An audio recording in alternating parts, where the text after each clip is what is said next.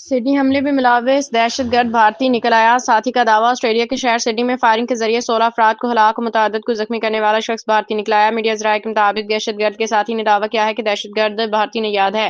آسٹریلوی channel 9 now سے گفتگو کرتے ہوئے شوٹر کے ساتھی نے بتایا کہ نوید اکرم کے باپ کا تعلق بھارت و ماں کا اٹلی سے ہے۔ تازہ انکشافات کے بعد بھارت کی پریشانی پاکستان کے خلاف جھوٹ سمجھ سے میں آ گیا۔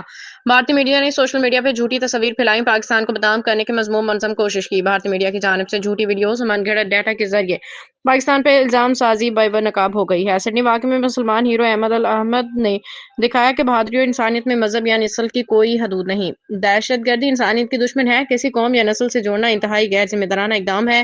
واقعہ ایک فرد کا جرم تھا، لیکن پوری قوم کو بدنام کرنا نفرت انگیز ہے۔ پاکستان کو نشانہ بنانے کا مقصد انتہا پسندی، متاثرین کی مدد اور مسلمانوں کی پرامن شناخت سے توجہ ہٹانا ہے۔ خیال رہے آسٹریلیا کے شہر سڈنی کے بونی بیچ پہ مسلح افراد نے فائرنگ کر کے 16 افراد کو ہلاک کر دیا تھا، متعدد شہری زخمی ہوئے تھے۔